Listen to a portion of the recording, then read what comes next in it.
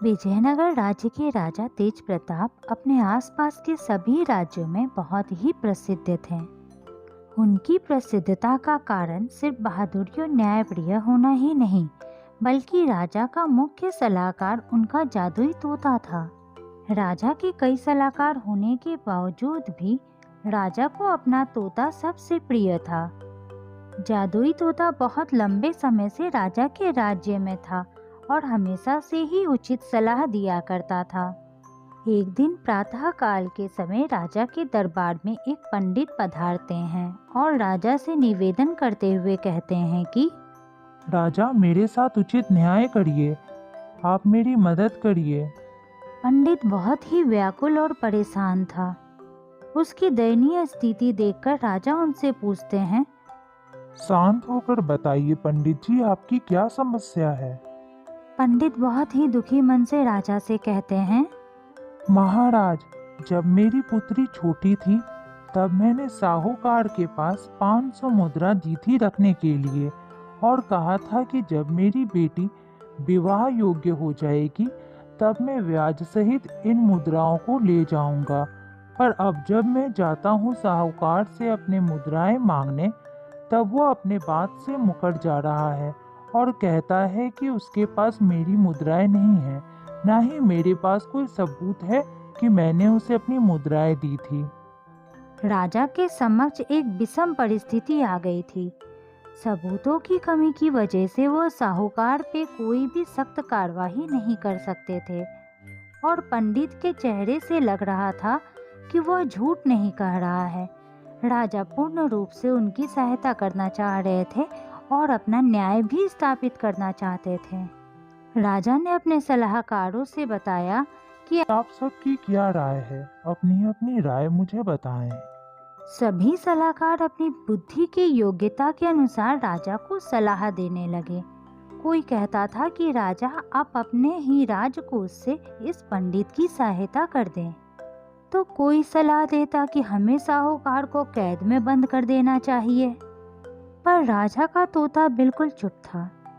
राजा ने जब उसकी तरफ देखा तो वो राजा को बोला, महाराज, मेरे पास एक युक्ति है, क्या मैं आपके कान में बता सकता हूँ? तोता उड़कर राजा के कंधे में बैठ जाता है और राजा के कान में कुछ कहने लगता है।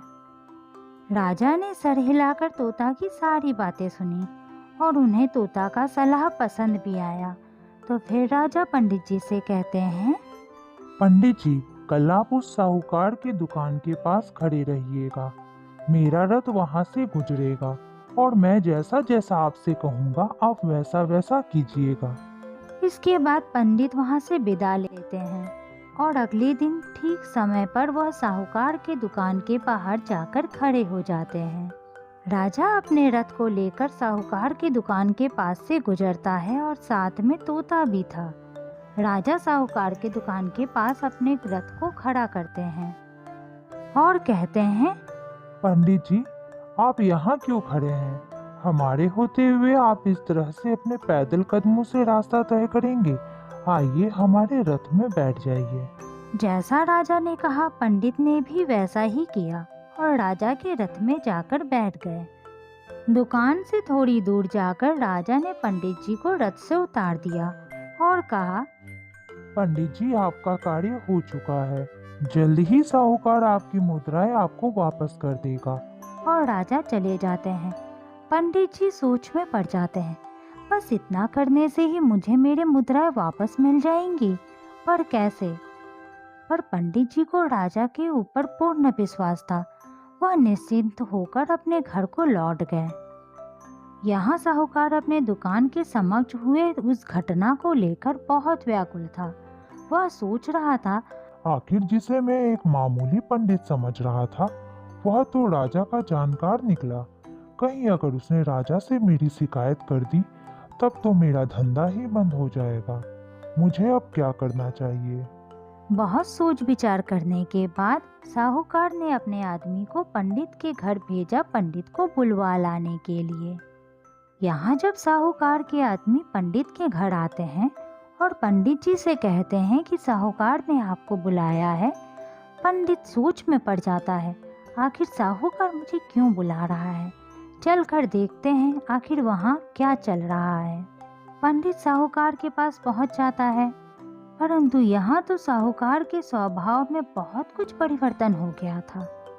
उसने पंडित को सहसा अंदर बुलाया और बैठने को कहा और साथ ही एक पोटली में मुद्राएं निकाल कर दी और कहा, पंडित जी, पुराने खातों की जांच करते वक्त मैंने देखा कि आपका हिसाब वहां पर लिखा हुआ है।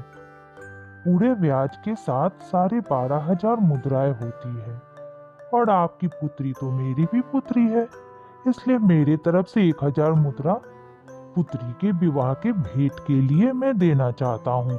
आप इसे भी स्वीकार करें। पंडित के आश्चर्य का ठिकाना नहीं था। उसने मन ही मन राजा को धन्यवाद दिया और अपनी मुद्राएं लेकर अपने घर को लौट आया। इसी तरह प्रतिदिन जब भी कोई न्याय के लिए राजा के दरबार में आया करता था, राजा सभी से सलाह लेते थे और अपने प्रिय तोता से भी सलाह लिया करते थे और राजा का राजपाट इसी तरह से दिनों दिन बढ़ता चला जा रहा था। एक दिन की बात है, तोता ने आकर राजा से कहा, महाराज, मैं बहुत लंबे समय से आपके राज्य में हूँ, पर मुझे मेरे माता पिता से मिलने जाने की बहुत इच्छा हो रही है। वो तो अब वृद्धावस्था में पहुँच गए हैं। मुझे कुछ दिन का अवकाश दीजिए महाराज, ताकि जाकर मैं अपने माता पिता के साथ कुछ दिन बिता सकूं। राजा अपने प्रिय तोता से एक दिन भी दूर नहीं रहना चाहते थे, इसलिए उन्होंने तोता से कहा, नहीं तोता, मैं तुम्हें एक दिन का भी अवकाश नहीं दे सकता। तुम कहीं नहीं जा सकते। तोता ने उदास मन से कहा, जैसी महाराज की आज्ञा। अपने प्रिय तोता को यूं उदास देखकर राजा को मन ही मन बहुत ही दुख होता है और वो तोता से कहते हैं, मैं तुम्हें अवकाश तो दूंगा, पर सिर्फ 5 दिन का। 6ठे दिन तुम वापस से मेरे राजमहल में चले आना और एक दिन भी जाया मत करना। तोता बहुत ही खुश होता है। खुशी खुशी अपने माता पिता के पास चला जाता है। उस जादुई तोता का घर जादुई लोक में था। वहाँ वो अपने माता पिता के साथ 5 दिन बहुत ही हंसी खुशी बिताता है और 5वें दिन तोता अपने राजमहल के लिए वापस निकल आता है। पर रास्ते में वो सोचता है, मुझे राजा के लिए कोई उपहार लेकर जाना चाहिए। बहुत सोच विचार करने के बाद वो सोचता है, क्यों ना मैं राजा के लिए अमृत फल लेता चलूं, जिसे खाकर राजा अमर हो जाएंगे और हमेशा ही राज्य का भली भांति पालन करेंगे। तोता अपने जादुई लोक के सबसे ऊंचे पर्वत में जाता है और अमृत फल तोड़ लेता है। पर इतने सारे कार्यों के बीच रात हो जाती है और तोता सोचता है, अब रात में निकलना तो उचित नहीं, मैं सुबह ही राजा के राजमहल के लिए निकल जाऊंगा। पर रात में एक जहरीला सांप उस पेड़ पे चढ़ता है और फल को खाने वाली चीज समझकर उसमें अपना दांत लगा देता है, जिससे सांप का जहर उस फल में चला जाता है। पर तोता तो इन सब बातों से अनजान था। सुबह हो जाती है। तोता वो फल लेकर खुशी खुशी राजा के पास पहुंचता है। वहां पहुंचकर वो राजा का अभिवादन करता है और कहता है, महाराज, मैं आपके लिए अमृत फल लाया हूँ। इसे खाकर आप हमेशा के लिए अमर हो जाएंगे। महाराज बहुत ही खुश हो जाते हैं। वह अपने तोता पर बहुत विश्वास करते थे। फल ज्यों ही राजा खाने वाले थे कि राजा के बाकी सलाहकार राजा को रोक देते हैं और कहते हैं, महाराज, एक पंछी पर इतना विश्वास भी ठीक नहीं। पहले आप ये फल किसी और को खिलाकर जांच तो कर ले कि यह सच में अमृत फल है या आपके लिए यह जहर लेकर आया है। महाराज को तोता पे पूर्ण विश्वास था, पर लोगों की बातों को रखने के लिए उन्होंने एक कुत्ता को बुलवाया और उसमें से थोड़ा सा फल उस कुत्ते को दिया गया खाने के लिए। फल को खाते ही वो कुत्ता वहीं मर गया और सभी तोता के ऊपर इल्जाम लगाने लगे कि यह तोता अमृत फल कहकर जहर लेकर आया है राजा को मरवाने के लिए। अगर ये सब आंखों के सामने नहीं हुआ होता तो राजा इस बात पर कभी विश्वास नहीं करते कि तोता विश्वासघाती है, और यह सब आंखों के सामने देखकर राजा तोता पर बहुत क्रोधित हो जाते हैं और क्रोध में आकर कहते हैं, तुम अब तक मेरे प्रिय थे, पर तुमने विश्वासघात किया है। मैं चाहूँ तो तुम्हें अभी जान से मार सकता हूँ, पर मैं तुम्हें नहीं मारना चाहता। तुम यहाँ से चले जाओ, मैं तुम्हें राज निकाला देता हूँ। यह सब क्यों हुआ तोता को कुछ पता नहीं था। उसका लाया अमृत फल किसी की जान कैसे ले सकता था, पर राजा उससे कुछ सुनने को तैयार ही नहीं थे। दुखी मन से वो तोता उड़ जाता है और वापस अपने माता पिता के पास लौट जाता है। राजा की आज्ञा से उस जहरीले फल को नष्ट करने के लिए राजा के बगीचे की मिट्टी में गाड़ दिया जाता है। पर कुछ ही समय के पश्चात उस मिट्टी से एक नन्हे से पौधे का जन्म होता है और धीरे धीरे वो बढ़ने लगता है।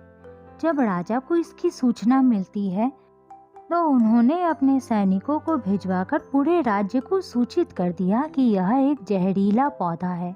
अगर इसमें कोई फल लगे तो कभी कोई उसे न खाए।